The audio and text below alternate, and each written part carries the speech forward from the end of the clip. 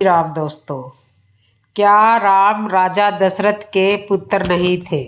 जानिए, आज मैं आपको सारी सच्चाई बताऊंगी। सुनो सभी ध्यान से। दोस्तों, राजा दशरथ के पुत्र राम नहीं थे। जानिए सच्चाई मित्रों। इस वीडियो में आज हम आपको बताएंगे कि राम जो थे वह राजा दशरथ के पुत्र नहीं थे। फिर वह राम किसके पुत्र थे? दोस्तों, यह सुन करके आप लोग भी बहुत ही हैरान हो गए होंगे और बहुत ही भ्रम में पड़ गए होंगे और आप सोचते होंगे यह तो बिल्कुल झूठ बात है। यह बात कोई मान ही नहीं सकता कि राम दशरथ के पुत्र नहीं हो सकते। फिर यह कैसे हो सकता है कि राम दशरथ के पुत्र नहीं हो सकते? तो दोस्तों, आप भी सोच रहे हो, वह मैं भी सोच रही हूँ, लेकिन मैं आपको इस वीडियो में जो बताने के लिए जा रही हूँ कि राम दशरथ के पुत्र नहीं थे, यह भी सही है। दोस्तों, समाज की नज़र में राम और इस संसार की नज़र में राम जो थे वह राजा दशरथ के पुत्र थे, लेकिन राम दशरथ के पुत्र नहीं थे। तो इसके पीछे क्या रहस्य छिपा है? आइए दोस्तों, आपको बताते हैं इस वीडियो में कि राम दशरथ के पुत्र कैसे नहीं थे। वैसे तो सब लोग राम को दशरथ का ही पुत्र कहते हैं और लोग मानते भी हैं, लेकिन वह दशरथ के पुत्र फिर कैसे नहीं थे? तो इस बात के लिए आपको गौर से समझना है और गहराई से विचार करना है। तो आइए आपको बताते हैं कि राम किसके पुत्र थे। बस आपसे निवेदन है कि हमारी वीडियो की समाप्ति होने तक चैनल पर बने रहे और इस वीडियो के लिए शुरू से अंत तक देखें, तभी आपको यह पूरी जानकारी मिल पाएगी कि राम किसके पुत्र थे। तो चलिए दोस्तों, आगे बढ़ते हैं और बताते हैं श्री राम के पिता के बारे में। मित्रों, बात उस समय की है। एक बार अयोध्या नरेश दशरथ देवासुर संग्राम में देवताओं की मदद करने के लिए स्वर्ग में गए हुए थे। जिस समय देवताओं और राक्षसों में झगड़ा चल रहा था, युद्ध चल रहा था, तो देवताओं की विजय कराने के लिए अवध नरेश दशरथ जो थे वह शरीर स्वर्ग में पहुंचे और देवताओं की तरफ से उन्होंने असुरों से युद्ध किया और देवताओं को विजय मिल गई। जब देवता विजय प्राप्त लेते हैं तो देवताओं ने कहा कि हे अवध नरेश, अब तुम अपने राज्य में जा सकते हो, तुम भूतल पर जा सकते हो। देवताओं से आज्ञा लेने के बाद में महाराज दशरथ जो थे वह अपने अवध में आ रहे थे। तो जिस समय दशरथ भूतल पर थे तो उन्होंने एक काला पुरुष देखा जो अंतरिक्ष में दशरथ की तरफ पीठ करके खड़ा हुआ था। उस काले पुरुष को देख करके दशरथ वहीं पर ठहर गए और पूछने लगे, अरे भाई, तुम कौन हो जो हमारी तरफ पीठ करके खड़े हो? अपना चेहरा तो मेरी तरफ क्यों नहीं दिखाते? क्या तुम यह नहीं जानते कि मैं देवताओं को विजय दिलवा करके आ रहा हूँ? मैं अवध का राजा दशरथ हूँ। मेरे बारे में क्या तुम्हें पता नहीं है जो तुम हमारी तरफ पीठ करके खड़े हो गए हो? अपना चेहरा मेरी तरफ क्यों नहीं करते हो? मेरी और क्यों नहीं देखते हो? तुम कौन हो? दोस्तों, दशरथ ने जब उस काले पुरुष से यह पूछा तो उस काले पुरुष ने जवाब दिया कि हे दशरथ, आप हमारे बारे में मत पूछो कि मैं कौन हूँ। आप अपने मार्ग से जाते हो तो आराम से निकल जाओ और अपने राज्य में जाओ। हमारे बारे में जानना तुम्हारे लिए ठीक नहीं है। मैं जैसा भी खड़ा हूँ वैसा मुझे खड़ा रहने दो। मेरे बारे में जानने की इच्छा मत करो। दशरथ कहने लगे, क्यों भाई, तुम्हारे बारे में जानने की इच्छा क्यों ना करूं? और तुम हमारी तरफ देखते क्यों नहीं हो? क्या परेशानी है? हमारी तरफ देखने से तुम्हें क्या दिक्कत हो रही है जो हमारी तरफ पीठ करके खड़े हो गए हो और कह रहे हो कि हमारे बारे में मत पूछो, मत पूछो कि मैं कौन हूँ? अब तो भाई मैं आप तुमसे जान करके ही जाऊंगा, तुमसे पूछ ही करके जाऊंगा कि तुम कौन हो हमारे बारे में। अब तो मेरे लिए जानना बहुत जरूरी हो गया है और मैं तुम्हारा चेहरा भी देखूंगा। उस काले पुरुष ने फिर कहा कि हे अवध नरेश, मेरी बात को समझने की कोशिश करो और मैं तुम्हारे ऊपर अपनी दृष्टि नहीं डालना चाहता, क्योंकि तुम एक धर्मात्मा राजा हो, इसलिए तुम अपने मार्ग से जाते हो तो अपने मार्ग की रास्ता तय करो और हमें अपने जगह पर खड़ा रहने दो, क्योंकि मैं तुम्हारे ऊपर अपनी दृष्टि डालना नहीं चाहता। दशरथ कहने लगे, अरे भाई, फिर यही बात हमारी तरफ दृष्टि क्यों नहीं डालना चाहते? आप बताओ तो सही कि आप हो कौन और मेरे ऊपर दृष्टि डालना क्यों नहीं चाहते हो? ऐसी मुझ में क्या कमी है, ऐसा मुझ में क्या दोष है जो आप हमारे ऊपर दृष्टि डालना नहीं चाहते और अपना परिचय देना नहीं चाहते? तब वह काला पुरुष कहने लगा कि हे दशरथ, लगता है अब तुम्हारे बारे में बगैर पूछे जाओगे नहीं। तुम जिद कर रहे हो और अब जिद कर रहे हो तो सुनो, मैं मैं देव हूँ और इसलिए तुम्हारे ऊपर दृष्टि नहीं डालना चाहता, क्योंकि तुम धर्मात्मा राजा हो और तुम देवताओं की तरफ से लड़े हो, उनको विजय दिलवा करके आ रहे हो, परोपकारी राजा हो, इसलिए मैं तुम्हारे ऊपर दृष्टि नहीं डालना चाहता। यदि तुम्हारे ऊपर अपनी दृष्टि डाल दी तो तुम्हारे लिए कुछ भी नुकसान हो सकता है। तुम अपनी दृष्टि के लिए झेल नहीं पाओगे, हमारे प्राण भी जा सकते हैं और तुम मर भी सकते हो, तुम्हारे लिए कोई जटिल हानि भी हो सकती है, इसलिए तुम मुझे अपने ऊपर दृष्टि डालने की जिद मत करो, यहाँ से चले जाओ। राजा दशरथ ने जब यह सुना कि शनिदेव है तो दशरथ कहने लगे, हे शनिदेव, अब तो आपके लिए अपना चेहरा मुझे दिखाना ही पड़ेगा और मुझे भी आपको देखना ही पड़ेगा। जब तक मैं आपका चेहरा को देख नहीं लूँगा और आप मुझे नहीं देख लोगे, अपनी दृष्टि पर नहीं, मुझ पर नहीं डालोगे, तब तक मैं यहाँ से नहीं जाने वाला। इसलिए जो है मेरी तरफ से पीठ को हटा करके अपना चेहरा दिखाइए। शनिदेव ने कहा कि हे दशरथ, आप इस तरह से बार बार जिद क्यों कर रहे हो, आप यहाँ से चले जाओ। अगर मैंने तुम्हारे ऊपर दृष्टि डाल दी तो तुम्हारा कुछ भी अनिष्ट हो सकता है, तुम्हारे प्राण भी जा सकते हैं, इसका जिम्मेदार कौन होगा। दोस्तों, राजा दशरथ ने कहा कि हे शनिदेव, आप इतना परेशान क्यों हो रहे हो, आप हमारे ऊपर दृष्टि डालने से पीछे क्यों हट रहे हो। आपको परेशान होने की जरूरत नहीं, जो भी होगा वह मैं झेल लूंगा। आप दृष्टि तो डालिए, सारी जिम्मेदारी मेरी होगी, आपसे कोई शिकायत नहीं होगी। दोस्तों, राजा दशरथ ने थोड़ा अपने जुनून में आकर के यह बात कह दी। और दोस्तों, कहते भी है ना कि अगर इंसान जो है कोई भारी से भारी काम कर देता है, चाहे वह युद्ध हो या किसी की तरफ की परिस्थिति हो, उसको यदि वह हल कर देता है तो भारी से भारी समस्या का समाधान कर देता है, भारी से भारी कोई काम कर देता है, उस इंसान के लिए थोड़ा अहम तो हो ही जाता है, थोड़ा मद हो जाता है। जिस प्रकार राजा दशरथ भी थोड़ा मद हुआ और उन्होंने अपने मद में आकर के शनि से कह दिया कि आप चिंता ना करें, सारी जिम्मेदारी मेरी है, लेकिन आप जो है अपनी दृष्टि मेरे ऊपर डाले। बार बार शनिदेव के मना करने पर भी दोस्तों अवध नरेश दशरथ नहीं मानते हैं और वह जिद ज़्यादा की तो शनिदेव ने जैसे ही अपनी दृष्टि दशरथ जी के ऊपर डाली तो राजा दशरथ रथ पर बैठे हुए थे, वैसे ही दृष्टि शनि की दशरथ के ऊपर पड़ती है। दशरथ जो थे वह तुरंत बेहोश हो गए, अचेत अवस्था में पहुंच गए और बेहोश जैसे ही हो गए रथ से नीचे गिर गए। अब दशरथ जो थे अंतरिक्ष से रथ से नीचे गिर रहे थे और उधर गिद्ध राज जटायु जो थे वो भ्रमण कर रहे थे। गिद्ध राज जटायु ने जब देखा कि अवध नरेश दशरथ जो है वो ऊपर दृश्य अंतरिक्ष से गिर रहे हैं तो जटायु ने दशरथ के लिए जमीन पर गिरने नहीं दिया और उन्हें अपने पंखों से जकड़ दिया और फिर धीरे धीरे आस्ते आस्ते जमीन पर ला करके रख दिया। उस समय दशरथ जो थे वे बेहोश थे। जटायु ने जब देखा तो दशरथ को पहचान लिया। थोड़ी देर के बाद में दशरथ के लिए दशरथ को होश आता है। दशरथ जब उठते हैं तो उन्होंने अपने समक्ष जटायु को पाया। जटायु को देख करके राजा दशरथ कहने लगे, हे जटायु, मैं तुमसे बहुत प्रसन्न हूँ, तुमने मेरे प्राणों की रक्षा की है, तुमने हमारे प्राण बचाए, इसलिए मैं तुमसे बहुत प्रसन्न हूँ। आप मुझसे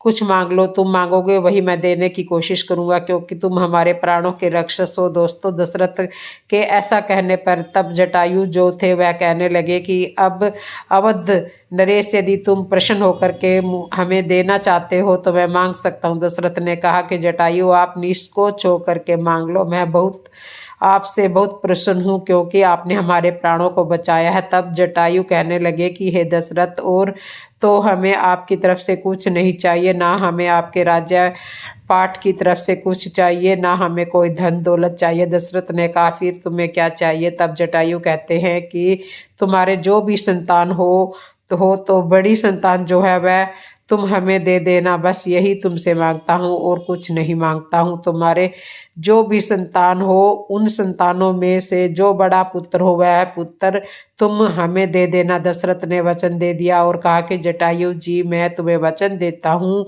कि पहले तो हमारे कोई संतान है ही नहीं, और यदि भविष्य में अगर कोई संतान हमारे होती है तो वचन के मुताबिक जो हमारा बड़ा पुत्र होगा वह तुम्हारे लिए दे दूंगा, वह तुम्हारी अमानत होगी, यह तुम्हारी धरोहर होगी और वह तुम्हारा पुत्र होगा, वह मेरा पुत्र नहीं होगा। दोस्तों, जटायु के लिए ऐसा वचन दे करके राजा दशरथ जो थे वो अपने राज्य अयोध्या में चले जाते हैं। और फिर दोस्तों, कालांतर में दशरथ के यहाँ राम का जन्म हुआ।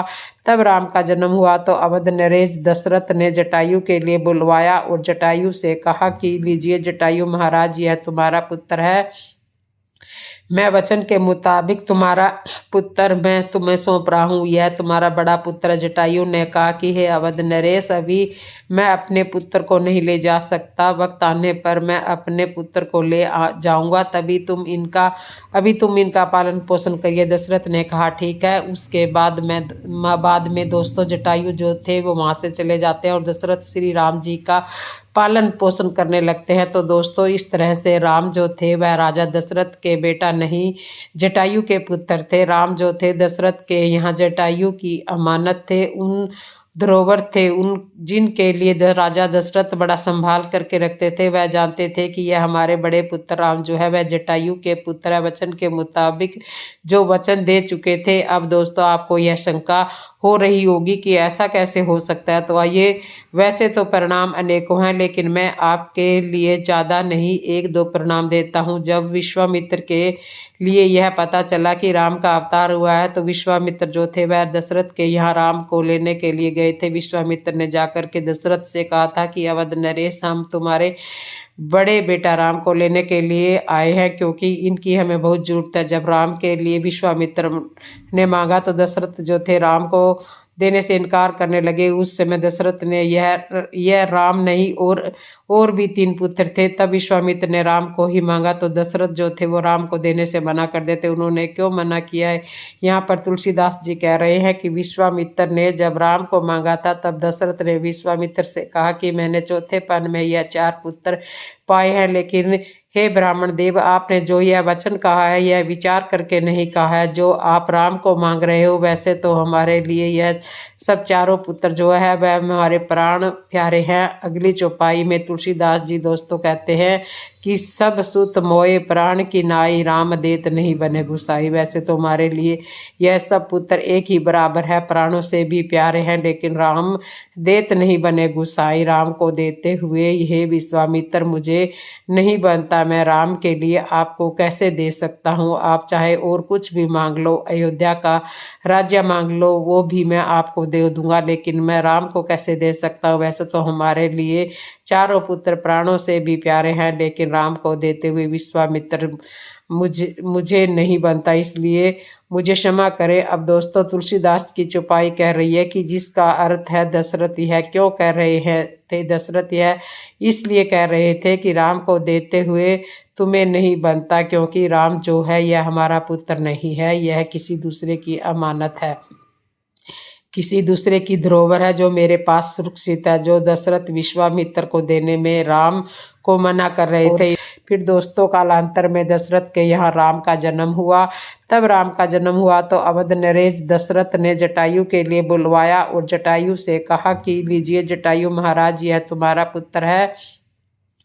मैं वचन के मुताबिक तुम्हारा पुत्र मैं तुम्हें सौंप रहा हूँ, यह तुम्हारा बड़ा पुत्र। जटायु ने कहा कि हे अवध नरेश, अभी मैं अपने पुत्र को नहीं ले जा सकता, वक्त आने पर मैं अपने पुत्र को ले जाऊंगा, अभी तुम इनका पालन पोषण करिए। दशरथ ने कहा ठीक है। उसके बाद में दोस्तों, जटायु जो थे वो वहाँ से चले जाते हैं और दशरथ श्री राम जी का पालन पोषण करने लगते हैं। तो दोस्तों, इस तरह से राम जो थे वह राजा दशरथ के बेटा नहीं, जटायु के पुत्र थे। राम जो थे दशरथ के यहाँ जटायु की अमानत थे, उन धरोहर थे, उन जिनके लिए राजा दशरथ बड़ा संभाल करके रखते थे। वह जानते थे कि यह हमारे बड़े पुत्र राम जो है वह जटायु के पुत्र है, वचन के मुताबिक जो वचन दे चुके थे। अब दोस्तों, आपको यह शंका हो रही होगी कि ऐसा कैसे हो सकता है। तो आइए, वैसे तो परिणाम अनेकों हैं, लेकिन मैं आपके लिए ज़्यादा नहीं, एक दो परिणाम देता हूँ। जब विश्वामित्र के लिए यह पता चला कि राम का अवतार हुआ है तो विश्वामित्र जो थे वह दशरथ के यहाँ राम को लेने के लिए गए थे। विश्वामित्र ने जाकर के दशरथ से कहा था कि अवध नरेश, हम तुम्हारे बड़े बेटा राम को लेने के लिए आए हैं, क्योंकि इनकी हमें बहुत जरूरत है। जब राम के लिए विश्वामित्र ने मांगा तो दशरथ जो थे राम को देने से इनकार करने लगे। उस समय दशरथ ने यह राम नहीं और भी 3 पुत्र थे। तब विश्वामित्र ने राम को ही मांगा तो दशरथ जो थे वो राम को देने से मना कर देते। उन्होंने क्यों मना किया है, यहाँ पर तुलसीदास जी कह रहे हैं कि विश्वामित्र ने जब राम को मांगा था तब दशरथ ने विश्वामित्र से कहा कि मैंने चौथेपन में यह 4 पुत्र पाए हैं, लेकिन हे ब्राह्मण देव, आपने जो यह वचन कहा है यह विचार करके नहीं कहा है। जो आप राम को मांग रहे हो वैसे तो हमारे लिए यह सब 4 पुत्र जो है वह हमारे प्राण प्यारे हैं। अगली चौपाई में तुलसीदास जी दोस्तों कहते हैं कि सब सुत मोए प्राण की नाई, राम देत नहीं बने गुसाई। वैसे तो हमारे लिए यह सब पुत्र एक ही बराबर है, प्राणों से भी प्यारे हैं, लेकिन राम देत नहीं बने गुसाई। राम को देते हुए हे विश्वामित्र मुझे नहीं बनता, मैं राम के लिए आपको कैसे दे सकता हूँ। आप चाहे और कुछ भी मांग लो, अयोध्या का राज्य मांग लो, वो भी मैं आपको दे दूंगा, लेकिन मैं राम को कैसे दे सकता हूँ। वैसे तो हमारे लिए 4 पुत्र प्राणों से भी प्यारे हैं, लेकिन राम को देते हुए विश्वामित्र मुझे नहीं बनता, इसलिए मुझे क्षमा करें। अब दोस्तों तुलसीदास की चौपाई कह रही है कि जिसका अर्थ है दशरथ यह क्यों कह रहे हैं थे, दशरथ यह इसलिए कह रहे थे कि राम को देते हुए तुम्हें नहीं बनता, क्योंकि राम जो है यह हमारा पुत्र नहीं है, यह किसी दूसरे की अमानत है, किसी दूसरे की धरोहर है जो मेरे पास सुरक्षित है। जो दशरथ विश्वामित्र को देने में राम को मना कर रहे थे, इनकार कर रहे थे, और बात भी सच है दोस्तों, बात भी सच है दोस्तों।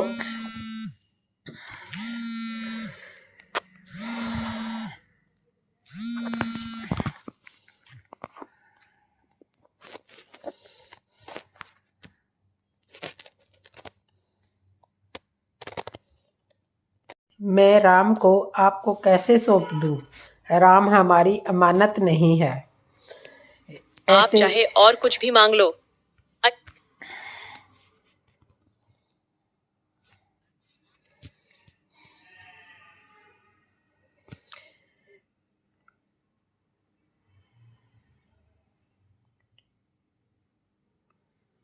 मैं राम को आपको कैसे सौंप दूं? आप कुछ और मांग लो, लेकिन अयोध्या का राजा मांग लो, लेकिन मैं राम को कैसे दे सकता हूं। वैसे तो हमारे 4 पुत्र प्राणों से प्यारे हैं, लेकिन राम को देते हुए विश्वामित्र मुझे आप नहीं बनता, इसलिए मुझे क्षमा करे। तुलसीदास जी की चौपाई कह रही है कि दशरथ यह क्यों कह रहे थे, दशरथ यह इसलिए कह रहे थे कि राम को देते हुए तुम्हें नहीं बनता, क्योंकि राम जो है यह हमारा पुत्र नहीं है, यह किसी दूसरे की अमानत है, किसी दूसरे की धरोहर है जो मेरे पास सुरक्षित है।